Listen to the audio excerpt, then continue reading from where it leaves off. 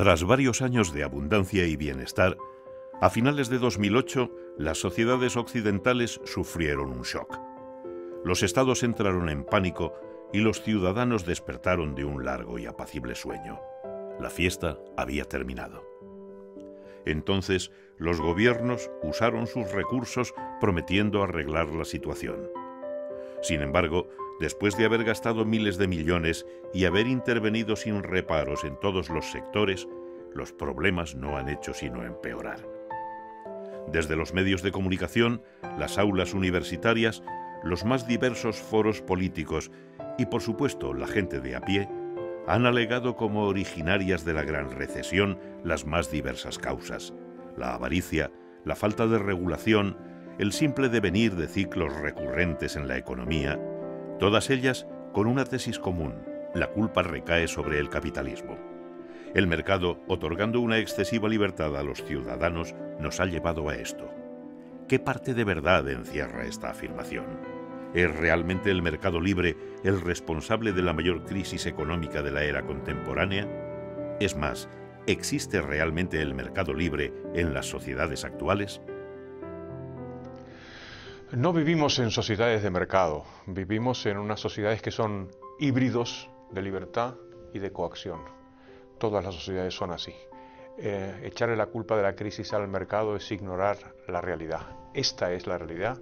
La sociedad y la economía están muy intervenidas, particularmente en los sectores que entran en crisis, como fue la construcción y, por supuesto, el dinero.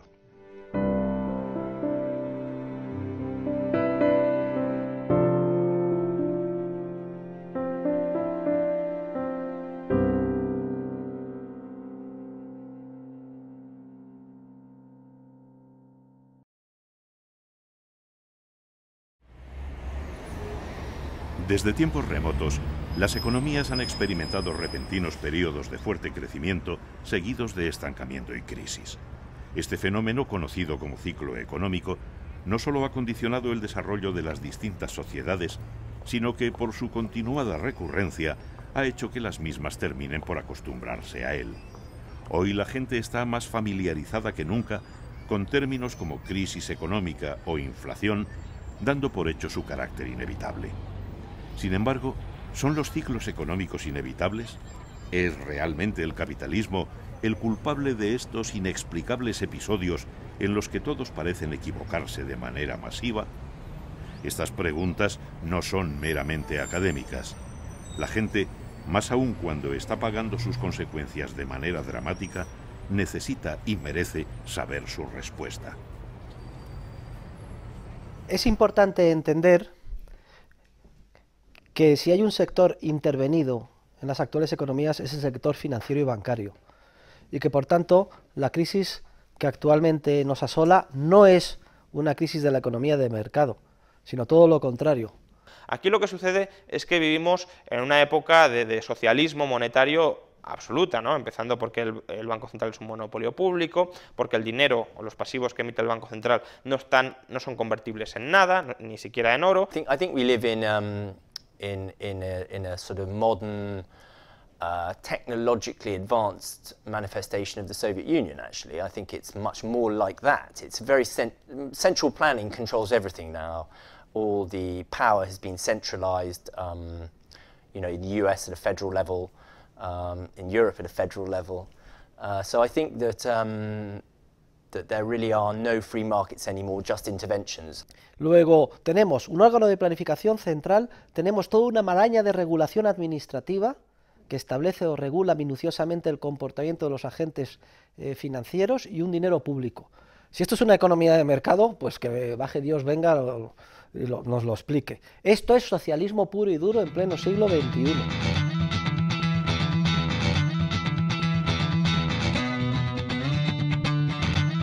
Si el mercado libre no existe, es evidente que no puede ser culpable de los continuos ciclos de auge y recesión y, en consecuencia, de las crisis económicas. La mirada entonces tendremos que posarla en la tesis contraria, es decir, las crisis económicas son consecuencia de la intervención de los gobiernos en la economía. Este singular argumento es precisamente el defendido por la llamada Escuela Austríaca de Economía y, pese a los intentos de la mayoría de la clase académica, ha sido contrastado repetidamente por la realidad hasta convertirla en la teoría económica en alza. Los dos elementos clave para explicar las crisis económicas son el dinero y los bancos. Pese a los exitosos intentos por pervertir ambos conceptos, es importante saber lo que realmente son o deberían ser. Bueno, el dinero se puede definir como todo medio de intercambio que es común y generalmente aceptado. Y su papel en la sociedad es clave, porque es lo que permite hacer frente a la incertidumbre ineradicable respecto de lo que va a acontecer en el ámbito económico el día de mañana, en el futuro. Sin el dinero solo había trueque y eso reduciría muchísimo las cantidades de intercambio. Volveríamos a un nivel de subsistencia, cada uno producía la mayoría de las cosas para él solo, porque existe el problema de la doble coincidencia de necesidades, que yo tengo que buscar a alguien que tiene lo que yo quiero y a su vez esta persona tiene que querer lo que yo le puedo ofrecer. Entonces sin dinero es muy difícil. No es exagerado decir que el dinero es la institución fundamental para el desarrollo de cualquier sociedad. Y para que surgiera no hizo falta ningún mandato coactivo por parte del poder político. Igual que otras importantes instituciones, como el lenguaje o la familia, el dinero surgió de un modo espontáneo al darse cuenta los individuos de que el trueque les suponía un enorme impedimento a la hora de realizar intercambios comerciales y de la consecuente necesidad de un medio indirecto que hoy conocemos como dinero. Tras una larga evolución, el medio elegido espontáneamente por los ciudadanos terminó siendo el oro, manteniéndose hasta entrado el siglo XX, cuando el poder político terminó aboliéndolo definitivamente a fin de sustituirlo por los actuales billetes de papel, un paso indispensable para consolidar el fraude en el que estamos inmersos. Los bancos son, o deberían ser, intermediarios de crédito para los ahorros de la gente. Reciben por un lado ahorros de muchas personas, a lo mejor cantidades pequeñas, y luego lo pueden prestar a empresas grandes cantidades o hipotecas, y así diversifican el riesgo y son intermediarios de ahorro y inversión. Los bancos son empresas cuya función, entre otras, consiste en servir de intermediarios entre los ahorradores y los inversores. A cambio de un tipo de interés, determinados ahorradores interesados en algo más que depositar simplemente su dinero, permitirían al banco que prestase sus ahorros a los inversores que éste considerase oportunos. Esta función de intermediación es clave en el éxito de cualquier economía, permitiendo canalizar grandes cantidades de ahorro hacia inversiones productivas. De hecho, cuando el vínculo entre ahorro e inversión se pierde, es cuando surge el fenómeno de los ciclos económicos. Ahora bien, si el banco solo puede prestar aquello que otros han ahorrado antes, ¿cómo es posible que este vínculo se rompa? Lo que pasa es que pronto los depositarios, es decir, los banqueros, se vieron tentados para incumplir digamos, las obligaciones tradicionales que los principios generales del derecho exigen en el caso del depósito. Y viendo que ese dinero estaba ahí ocioso, dijeron, ¿por qué no nos apropiamos de él si no hacemos ningún daño a nadie y lo utilizamos en nuestros negocios particulares? Sobre todo teniendo en cuenta que muy de vez en cuando el propietario original va a venir a demandar que se le devuelva el dinero que depositó. Y entonces surge lo que se conoce con el nombre de la banca con reserva fraccionaria, que es aquella que solo aguarda en su caja una fracción del dinero de verdad que se le ha depositado. At the heart of it all, the big macroeconomic problem that we have is that banks are allowed to lend money into existence, to do it without any real practical limit, and that's created all this discoordination and the crisis and the collapse. So there's an enormous amount of suffering and injustice has been created by these banking institutions. I think it's one of the biggest moral questions of our time. Desde hace siglos, los bancos, debido al interés político, gozan del privilegio legal de la llamada reserva fraccionaria, pudiendo prestar el dinero de sus clientes al mismo tiempo que tienen la obligación de devolvérselo de forma inmediata en el momento que éstos lo reclamen. De este modo, el banco rompe el vínculo entre el ahorro y la inversión al verse privilegiado para poder prestar el dinero de cada uno de sus depositantes, lo quieran estos o no, expandiendo el crédito de forma artificial o, lo que es lo mismo, creando nuevo dinero. Así, cuando una persona deposita 10.000 euros en el banco, este, en vez de guardarlo todo, solo está obligado a guardar legalmente un 2%, pudiendo prestar a otro cliente el resto. Este cliente lo usará para, por ejemplo, comprar un coche. De este modo, el vendedor del coche ingresará este dinero en otro banco, que a su vez solo guardará el 2% y volverá a prestar el 98% restante en un proceso que podría repetirse hasta 50 veces. En nuestro caso, con una base de dinero efectivo de 10.000 euros iniciales, se llegaría a obtener una oferta de 500.000 euros, siendo este dinero de nueva creación la semilla que alimenta la crisis.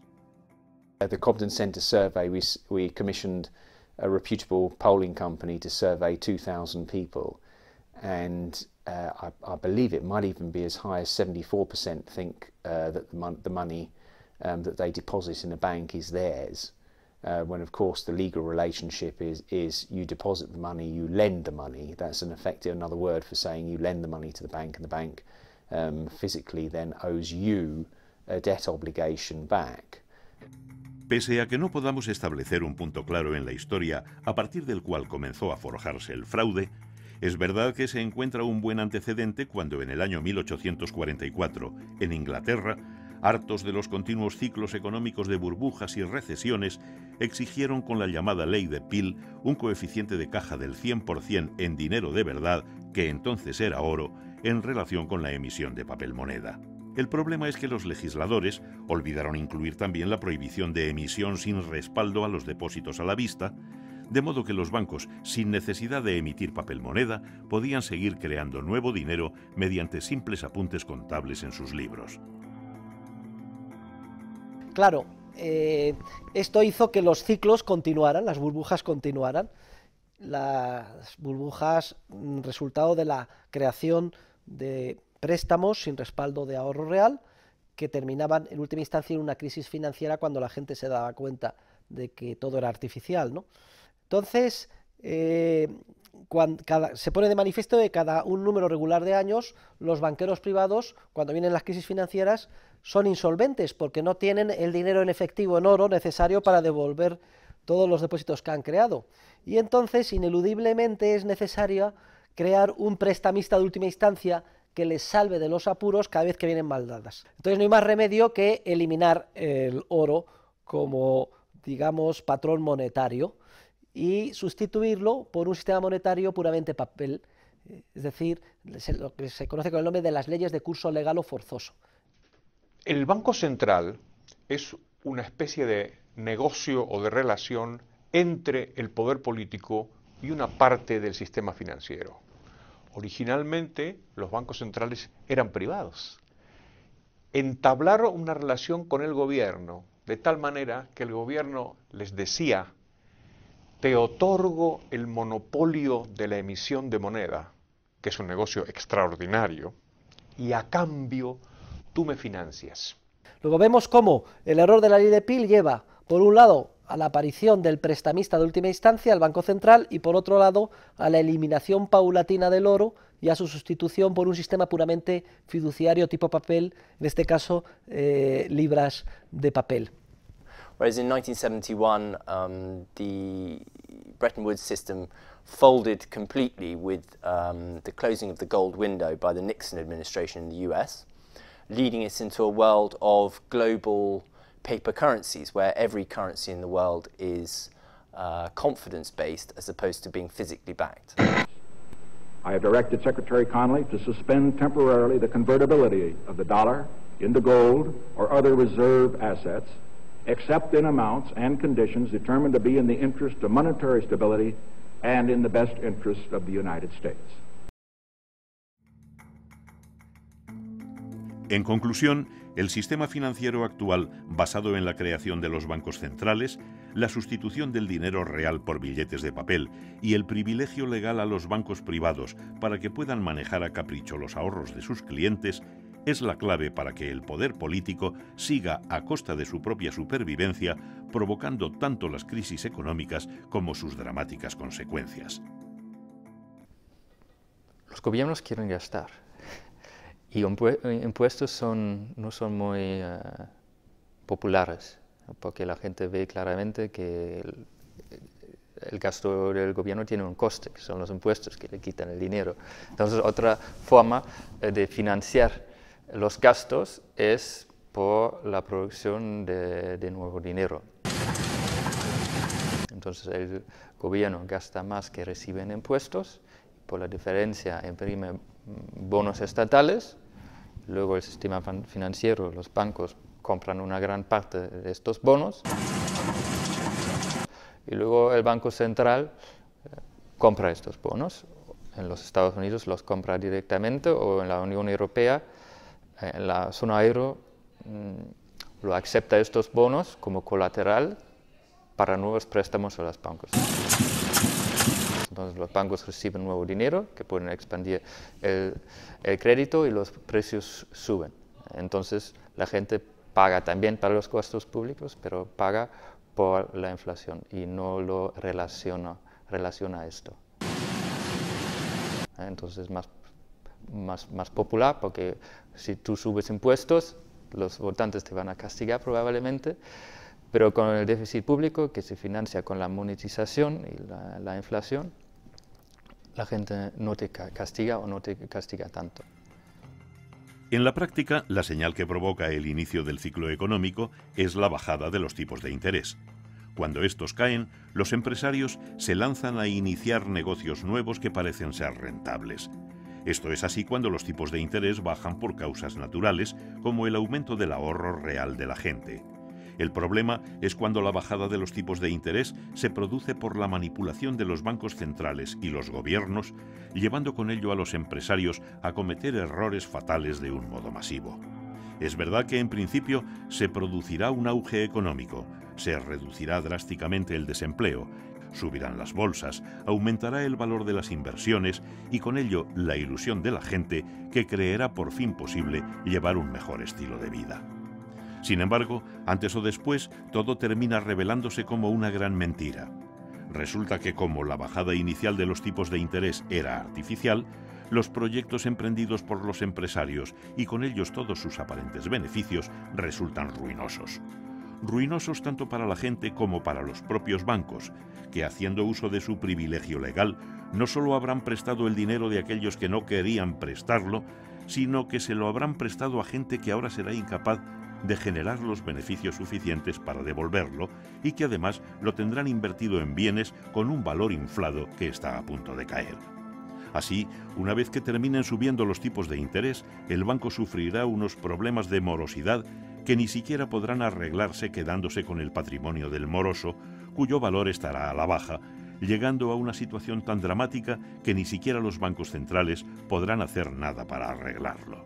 La única salida será entonces la recesión económica, proceso en el que tendrán que purgarse todos y cada uno de los errores provocados por la penosa e interesada relación entre los propios bancos centrales y los gobiernos. ¿Y quién paga todo esto? Pues los usuarios de la moneda. En este sentido, es un gran fraude. La clave del sistema es que se trata de una especie de fraude legal. Ni siquiera los banqueros privados a nivel individual son conscientes del enorme daño que hacen creando de la nada créditos con cargo a depósitos de nueva creación, que son sus asientos en el pasivo de sus balances. El sistema monetario es un sistema legal. Tiene todos los plácemes de las constituciones y las leyes.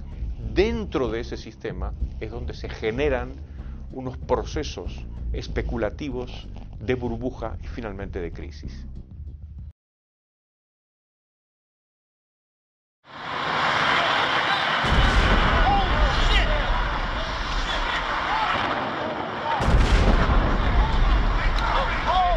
Es muy difícil ponerle una fecha a la crisis, pero si estamos de acuerdo de que la crisis tiene que haber venido del periodo de expansión anterior, probablemente podemos encontrar la raíz de la crisis en torno a la caída de las Torres Gemelas, digamos, para buscarle una fecha. Para encontrar los orígenes de la Gran Recesión, debemos remontarnos a finales de los 90, cuando nos hallábamos inmersos en la llamada burbuja de las .com, provocada por las mismas causas que la actual. La bolsa de Estados Unidos llegó a su nivel más alto de la historia y las empresas tecnológicas prometían unos beneficios sin precedentes. Pero todo era una ilusión. Alan Greenspan, entonces presidente de la Reserva Federal, decidió acabar con aquella burbuja antes de que sus consecuencias fueran irreparables, y lo hizo de la misma manera con que antes la había provocado, manipulando los tipos de interés. Sin embargo, sus planes se vieron súbitamente alterados por los ataques terroristas del 11 de septiembre. Las medidas de Greenspan ni ayudaban a superar el trauma, ni facilitaban la rápida financiación que el gobierno americano necesitaba para emprender su nueva aventura militar. To exist, you need an ideology. The question is whether it is accurate or not. And what I'm saying to you is, yes, I found a flaw. I don't know how significant or permanent it is, but I've been very distressed by that fact. Debido o no a este profundo error intelectual, los tipos de interés volvieron a ser manipulados tanto por la propia Reserva Federal como por el Banco Central Europeo, inundando el mercado con nuevo dinero. Si los bancos este dinero de nueva creación en forma de depósitos, que crean de la nada entregando una chequera, lo gastaran en bienes y servicios de consumo, hombre, esto distorsionaría, pero sería relativamente inocuo, solo afectaría o impactaría en el precio de esos bienes y servicios de consumo. El problema gravísimo es que el dinero de nueva creación lo prestan, lo que leemos tantas veces en la prensa, de que hace falta que se abra el grifo del crédito. Yo cada vez que oigo eso me pongo nerviosísimo. Lo prestan, como si el ahorro de la sociedad real hubiera aumentado, cuando de hecho tal cosa no tiene por qué haber sucedido. Entonces, si lo prestan, lo que están haciendo es poniendo a disposición de los empresarios capacidad de pago y enviándoles el mensaje o la señal de que deben de emprender procesos de inversión que deben de madurar en un futuro más lejano.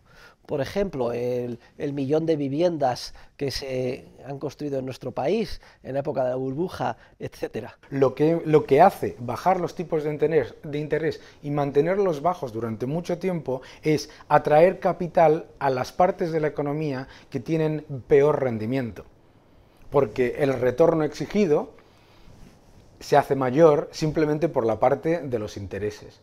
Entonces, el sector inmobiliario es muy atractivo. Ya habíamos previamente explotado casi todas las burbujas en todos los sectores. En los años 80 tuvimos la burbuja en los bonos basura, en los junk bonds. En la década de los 90 la burbuja de las .com, con una mini burbuja inmobiliaria a principios de los 90 y posteriormente pues una burbuja en el sector inmobiliario. Creo que era The Onion que decía que la economía estadounidense busca una nueva burbuja para salir de la recesión de la burbuja anterior, ¿no? Pues algo así. Según avanzaba la manipulación de los gobiernos y sus bancos centrales, más parecía haberse encontrado de nuevo el secreto de la prosperidad. Se alimentó la ilusión de la gente, crecieron los salarios, aumentaron los beneficios de las empresas, subieron las bolsas. El sector inmobiliario en concreto parecía engordar indefinidamente y los bancos, igual que muchos empresarios, vieron en él una enorme oportunidad de negocio. Oportunidad que en su caso se veía acrecentada por el privilegio legal de poder disponer libremente del dinero de sus depositantes, lo que les llevó a conceder préstamos incluso a gente que a todas luces sería incapaz de pagar sus deudas. Las hipotecas llamadas subprime son nada más que un ejemplo de lo que sucede cuando el crédito se expande de manera desordenada, muy por encima de lo que son los ahorros de la gente. Esto es simplemente cuando hay crédito fácil. Cuando hay crédito fácil, se rebajan los requisitos para conceder créditos. Y al final lo que pasó es que simplemente se daban créditos a cualquiera. No era necesario que uno demostrara tener ningún aval.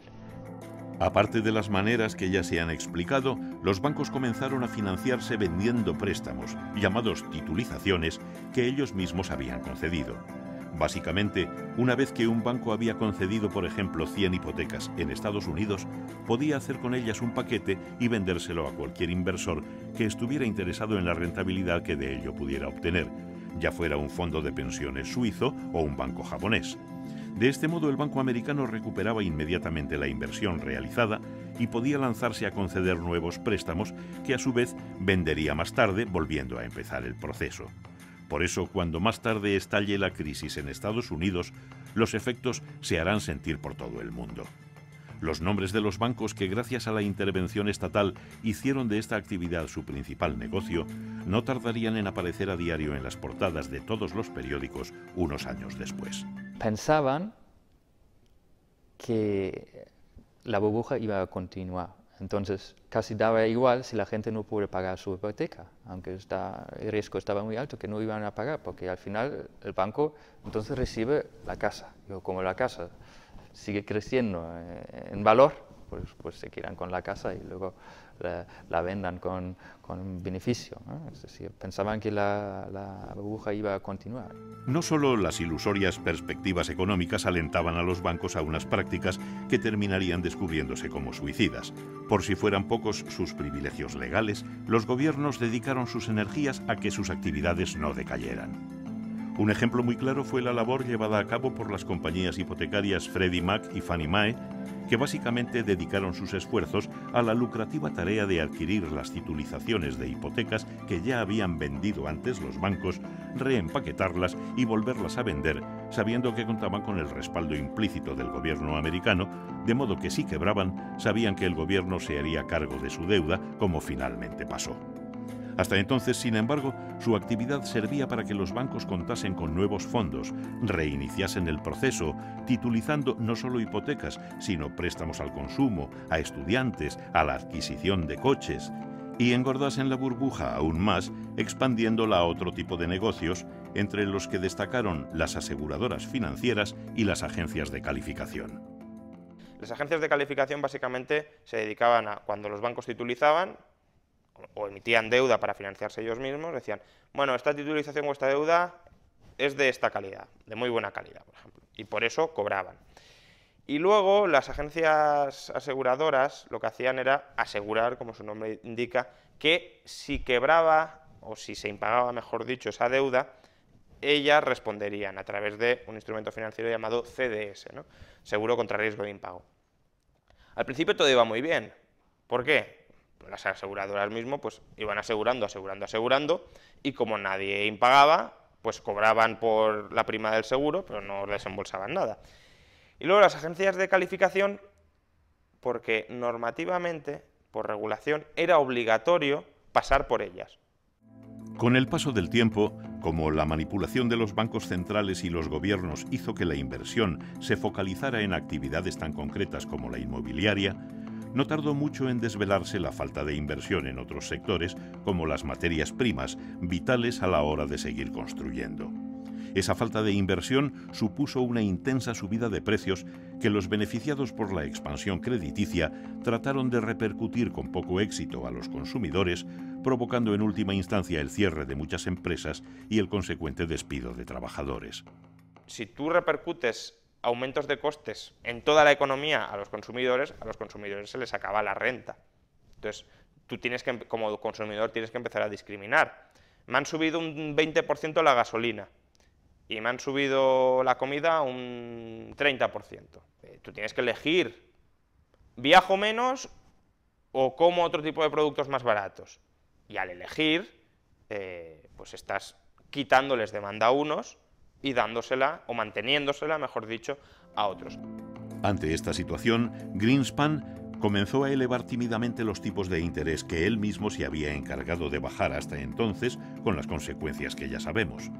Pero el mal ya estaba hecho. Los sectores más inflados por el auge artificial de los años precedentes comenzaron su contracción, siendo incapaces de hacer frente a la subida de precios de las materias primas. Las empresas comenzaron a quebrar, especialmente durante 2007, dejando a la gente en el paro y con enormes deudas a las que hacer frente. Los impagos de la subprime se dispararon, lo que rápidamente arrastró a aquellos inversores de todo el mundo que habían adquirido esas hipotecas. La enorme manipulación por parte de los gobiernos y los bancos centrales quedaba ahora en evidencia, y con ella el inmenso volumen de errores de inversión que había provocado. Conforme las titulizaciones y demás deudas resultaban impagadas y degradadas de calificación, los inversores sentían cada vez más ansias por desprenderse de ellas. Cuando en verano de 2007 se produjeron los primeros avisos serios de que algo grave pasaba, los bancos centrales, presos del pánico, se embarcaron en una suicida huida hacia adelante, inyectando a los bancos aún más dinero a fin de generar confianza. La Reserva Federal, ya con Bernanke a la cabeza, va aún más lejos, reduciendo en apenas 8 meses los tipos de interés del 5,25 al 2%, tratando de arreglar el problema del mismo modo con que antes se había creado. Como era de esperar, la situación se agravó al acentuarse la inflación, especialmente en el mercado de las divisas y sobre todo en el de las materias primas. La conjunción del paro, la merma del poder adquisitivo, las regulaciones estatales y sobre todo la continuación de un ajuste de la estructura productiva que aún no había finalizado, provocaron que los impagos a los bancos continuaran creciendo hasta que a mediados de 2008 se produjo la primera quiebra sonada del sistema bancario estadounidense. El problema de Bear Stearns, ¿cuál fue? Pues que empezaron a ver los inversores que su cartera de titulizaciones era de mala calidad. Tenía una ratio de impago muy grande. Entonces, claro, tú como inversor te planteabas, ¿debo refinanciar a Bear Stearns si sus inversiones tienen un agujero muy grande, si hay un riesgo de impago muy grande? Porque en cualquier momento, si yo le refinancio, me puede dejar de pagar a mí porque no se va a cobrar de las hipotecas. Bear Stearns fue el mini shock, porque Bear Stearns por lo menos se generó con de una manera abierta en el mercado. El gobierno apoyó ligeramente a Bear Stearns, pero JP Morgan compró los activos. Fue una quiebra ordenada. El problema fue Lehman. Pronto corrieron rumores acerca de la solvencia de Freddie y Fannie, por lo que el gobierno americano anunció que en caso de ser necesario las rescataría. Pese a la aparente calma que estas declaraciones supusieron, la primera semana de septiembre de 2008 se hizo evidente la quiebra de ambas, optando el gobierno por invertir $200.000 millones en ellas. De nada sirvió. Solo una semana después, además de anunciarse que Merrill Lynch se vendía a precio de saldo, se produjo la mayor quiebra de la historia. Todos los bancos tenían deuda o titulizaciones garantizadas por Freddie Mac y Fannie Mae. Entonces, si los bancos de inversión habían invertido en esto y estos activos ya empezaban a ser de mala calidad porque estaban rescatadas, ¿qué pasaba con esos bancos? Y ahí pues a Lehman Brothers le pasó algo muy parecido a Bear Stearns en marzo. El problema para mí empezó realmente con Lehman, que fue cuando se empezó a constatar de manera evidente que los estados decidían quién se rescata, quién sobrevive y quién no. Era un banco too big to fail, ¿no? Era un banco que no se podía permitir que quebrara. Y ahí se permitió que quebrara. Y al quebrar, pues digamos que todo el castillo de naipes de expectativas sobre el que se había construido el sistema financiero mundial, que los bancos nunca iban a quebrar, pues se vino abajo. Se introduce tal nivel de incertidumbre en el mercado sobre los activos que estos bancos tienen, que estos bancos, ellos mismos, dejan de prestarse entre ellos. Luego también la agencia aseguradora AIG, como se empezaron a multiplicar los impagos y tenía tantos seguros contra impagos, pues también empezó a recibir un montón de reclamaciones de reponme el capital y no podía hacer frente a ello, con lo cual fue otra que tuvo que ser rescatada porque si no habría quebrado y se consideraba inaceptable que quebrara. Al final, ¿qué sucedió? Bueno, pues la Reserva Federal sostuvo el crédito a corto plazo, solo prestaba a corto plazo la Reserva Federal, no como luego, que se ha puesto a comprar activos a 30 años, que eso es una barbaridad, y bueno, aguantó el sistema. Y luego, el gobierno de Estados Unidos, por otro lado, lo que hizo fue recapitalizar los bancos con dinero público, que no es ni mucho menos la opción preferible, pero tampoco fue pues un disparate absoluto porque en Estados Unidos afortunadamente el activo de los bancos tenía partes muy malas, pero también tenía partes relativamente aceptables, con lo cual a los pocos meses del rescate pudieron devolver todo el dinero. Ya digo, no fue la mejor opción, habría habido otras opciones mejores, pero no fue un disparate como se pudo hacer en otros países como Islandia, que quiso rescatar todo su sistema bancario sin tener ninguna posibilidad real para ello.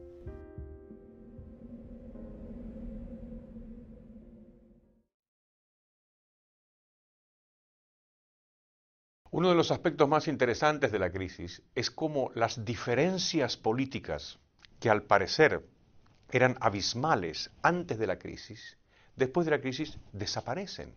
Y todos los gobiernos del mundo han salido a expandir la oferta monetaria con rescates bancarios, a subir los impuestos, a subir el gasto público, todos. Las políticas gubernamentales contra la crisis tuvieron dos fases claramente diferenciadas. La primera, que se correspondería con el cuarto trimestre de 2008, fue el rescate o estabilización del sector financiero. Probablemente dentro de la retórica de la crisis, de las expresiones más desafortunadas, es la expresión rescate. ¿Por qué? Y porque carece de connotaciones peyorativas. ¿Quién va a estar en contra de un rescate? Parece que un rescate necesariamente es bueno. Y ahí esto es un grave error, puesto que hay bancos, entidades que no deberían haber sido rescatadas. La manera correcta de haber hecho esto, y que no habría costado ni un solo euro y además, o dólares, y además se habrían asignado exactamente las pérdidas a los responsables de ello. Bueno, lo primero, los bancos que sean insolventes, los accionistas lo pierden todo. Es de sentido común. Una empresa que está quebrada es una empresa que pierde, cuyos accionistas lo pierden todo, por definición. Luego, como tenemos un exceso de deuda sobre el activo, de pasivo sobre activo, que así se define la quiebra, sería cuestión de convertir una parte de esos pasivos en fondos propios. Esta operación se conoce como capitalización de deuda y también es bastante recurrente en el sector privado empresarial distinto del financiero. De manera que, por ejemplo, los acreedores de deuda subordinada, que es una deuda basura básicamente, se convierten en accionistas. No cobran el dinero, porque obviamente el banco está quebrado, no cobran nada, o no cobran en dinero, sino que cobran en acciones. Luego, si ni siquiera con los deudores subordinados conseguimos reflotar el banco, pues ya vamos escalando un poco, ¿no? Pasamos a los acreedores a más largo plazo, a los acreedores que han comprado otros instrumentos de riesgo, etc. Lo último que habría que tocar serían los depósitos a la vista, porque claramente quien ha metido dinero en un depósito a la vista en un banco no es porque esté esperando hacer una inversión especulativa a largo plazo. Por tanto, primero vamos tocando las inversiones, por orden de relación, las inversiones más especulativas y más a largo plazo, y eso lo vamos convirtiendo en accionistas. ¿Resultado? Pues que cuando hayamos convertido una masa mínima de acreedores del banco en accionistas, el banco estará recapitalizado. Si hay pérdidas, por ejemplo, si las acciones caen mucho de precio por debajo de lo que esperaban cobrar los acreedores, pues lo siento mucho, pero usted invirtió en el banco a riesgo y se ha arriesgado a perder dinero. No habría que haber metido ni un solo euro o dólar del contribuyente. Y tampoco es que sea una conversión tan exagerada de deuda. Para que nos hagamos una idea, la mayoría de bancos estadounidenses, convirtiendo menos del 5% de todos sus pasivos, estaban recapitalizados automáticamente. Muy al contrario, los estados optaron por rescatar a la banca jugando con el dinero de los contribuyentes. La manera más escandalosa fue la llamada creación de un banco malo, como sucedió en Irlanda. Mediante esta fórmula, el sector público optaba por comprar a los bancos todos sus activos tóxicos a precios inflados, de modo que la inversión nunca sería recuperada. Otra manera, puesta en práctica en Estados Unidos, consistió en convertir al Estado en accionista de los bancos, con la arriesgada intención de, cuando se normalizase la situación, poder recuperar lo invertido. En ambos casos se manifestó de nuevo la privilegiada situación de la banca y los ciudadanos tuvieron que soportar cómo su dinero era usado para salvar a unas empresas insolventes que además podían seguir repartiéndose dividendos y remunerando a sus directivos como si nada hubiera pasado. Una vez se consiguió la estabilización del sistema financiero, se pensó que lo único que hacía falta para ya volver a recuperarnos era que a la economía real, que había quedado un poco pachucha, pues darle alguna alegría, estimularla un poco. En esto consiste el Plan Español de Estímulo de la Economía y el Empleo, que desde hoy vamos a llamar Plan E. ¿Qué sucedió? Pues que claro, ¿quién compró esa deuda pública durante años? El sistema bancario. Cuando se empieza el proceso de endeudamiento de los estados, se continúa con el proceso del endeudamiento de los bancos. Y ese ha sido, es difícil decir quién fue primero, la gallina o el huevo, pero lo que sí es fácil es decir que lo que hemos tenido ha sido un proceso en el que los dos estaban participando del mismo problema e impulsando el mismo problema a la vez. La estabilización y el rescate del sistema financiero, que como digo tenía su parte de lógica, que habían acometido a finales de 2008, se truncó en 2010 y sobre todo en 2011. ¿Por qué? Porque contaminaron todo el balance de los bancos y lo contaminaron con activos tóxicos, esta vez no hipotecarios, sino de deuda pública. Si suponemos que no se podrían haber corregido las cosas antes, o sea, si damos por supuesto que la historia anterior es inevitable y nos encontramos con el estallido de la crisis, ahí había que abordar diferentes soluciones. Una es la apertura de los mercados. Es importante que cuando la economía cae, cuando se restringe la actividad económica, la economía sea muy flexible para que los agentes puedan cambiar rápidamente de actividad.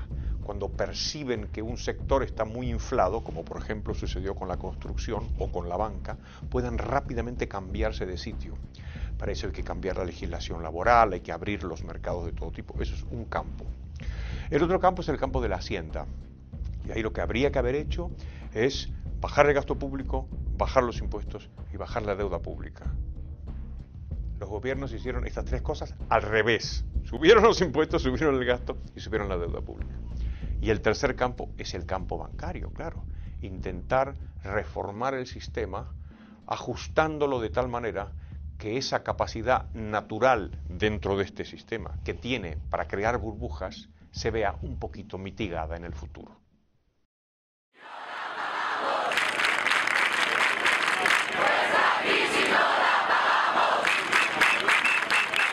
Pues la verdad es que yo soy de las personas cándidas que en un principio pensó que aquello era de alguna manera un movimiento de rebelión o por lo menos de expresión de descontento de la sociedad civil, y eso me habría parecido bueno, me parecía bueno en ese momento. Está muy bien salir a la calle y decir nos estáis tomando el pelo, pero hay que ser consecuente y no dejarse embaucar por las fuerzas políticas que te van a seguir prometiendo el oro y el moro, ¿no? Más grave aún que el desconocimiento económico de la gente es que las ideas más peligrosas, aquellas que nos han llevado a todos a sufrir la gran recesión, son precisamente las que abundan entre los supuestos intelectuales. La semilla del mal, sembrada hace años por Keynes, florece en las ideas de economistas tan afamados como Greg Mankiw, que a fin de condenar el ahorro y animar el consumo, llegó a proponer la eliminación por sorteo de todos los billetes con el número de serie seleccionado en la tómbola. Medida apoyada por Paul Krugman, el economista que, fiel a sus ideas, en 2001 aconsejó crear la burbuja inmobiliaria y que, una vez estallada, lejos de reconocer sus errores, ha ahondado en ellos, llegando a alabar cosas como la guerra de Irak o la invención de una invasión extraterrestre. They tell us that we should have more credit. More credit is the thing that got us into the problem in the first place. They should tell us we should have more spending. More spending was government spending was the thing that got us into the trouble. They tell us we should have more regulation, and it's all various different flavours of regulation. It doesn't really necessarily matter what it is. It's just more of it. And, you know, all these things have failed. Absolutely failed. Para evitar la repetición de ciclos recurrentes de auge, crisis financiera y recesión que vienen asolando la economía de mercado desde hace 200 años, sería preciso rediseñar el sistema financiero y bancario a nivel mundial y hacerlo compatible con las exigencias de una economía de mercado, de un sistema capitalista, que se basa en el cumplimiento estricto de los derechos de propiedad. Y esto implicaría tres reformas. En primer lugar, completar la ley de Peel allí donde quedó incompleta, es decir, exigir también el coeficiente de caja del 100% para los depósitos a la vista y equivalentes. Cuando digo equivalentes es porque la banca también vende muchos depósitos supuestamente a plazo, pero que en realidad te dicen sottovoce que los puedes retirar sin penalidad cuando quieras. Eso también son depósitos a la vista. Y es para mí un motivo de gran satisfacción que hace escasamente un año, en octubre o en septiembre del 2010, dos diputados Tory presentaron un proyecto de ley en esta misma línea y además me citaron en el Parlamento británico. Perhaps instead we should now begin to listen to those economists who saw the credit glut that preceded the crash as the problem. The Cobden Centre, the Von Mises Institute, Herta de Soto, they all grasped that it was the overproduction of bogus candy floss credit before the crunch that gave rise to the credit crunch. It's time to take seriously their ideas on honest money and sound banking. Now, the Keynesian monetarist economists might recoil in horror at the idea. Their orthodoxy holds that without these legal privileges for banks, there would be insufficient credit. The oil that keeps the engine of capitalism working, they say, would dry up. The machine would grind to a halt. Not so. Under my bill, credit would still exist, but it would be credit backed by savings. In other words, it would be credit that could fuel an expansion in economic capacity that was consummate with savings or deferred consumption. It would be, to use the cliche of our day, sustainable. It's an amazing thing just how few members of Parliament in the UK really understand the monetary system. It's such a fundamental institution in a society based on the division of labour, and yet most members of Parliament don't study money. Even members of Parliament who are good economists don't usually study the institution of money itself and the real details of the way banking works. La segunda medida esencial sería acabar con el órgano de planificación financiera, es decir, este que hemos denominado Banco Central. Los bancos centrales ya no serían precisos con un coeficiente de caja del 100% como prestamistas de última instancia, ya no habría que proteger a la banca. Si en cualquier caso de pérdida de confianza, cuando fueran los depositantes a por su dinero siempre estaría allí. Por tanto, ya no sería preciso y además dejarían de actuar de manera perversa como actualmente están actuando cuando pretenden fijar el tipo de interés. Conseguiríamos, por tanto, eliminar el último bastión del socialismo que ha quedado después de la caída del muro de Berlín, que son los bancos centrales. Y en tercer lugar, la tercera medida responde a la siguiente pregunta: ¿quién se ocuparía de la base monetaria? Y lo que propongo es la reintroducción del patrón oro. Un patrón oro clásico con coeficiente de caja del 100%. El stock mundial de oro ha venido creciendo en torno al 2% al año y además tiene la ventaja de que el oro no se puede manipular ni crear al antojo de los gobernantes. El oro supone una especie de corsé que disciplina la acción de todos los agentes que participan en una sociedad y en el mercado. Por eso el oro es una institución esencial y tan importante para el avance de la civilización. I think the average worker would be very much supported by a gold standard or rather by a disciplined monetary system, because the purchasing power of his money will not be diluted on an annual basis. In other words, he will be able to buy the same amount of goods and services and potentially even slightly more goods and services on an annual basis.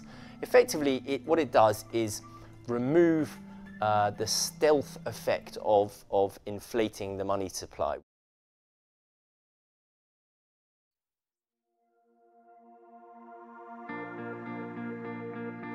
No hace tantas generaciones, los hombres y mujeres de bien arriesgaron sus vidas por recuperar la libertad que les había sido arrebatada.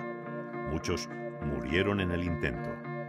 La historia de la humanidad no es sino la larga lucha de los hombres contra la opresión.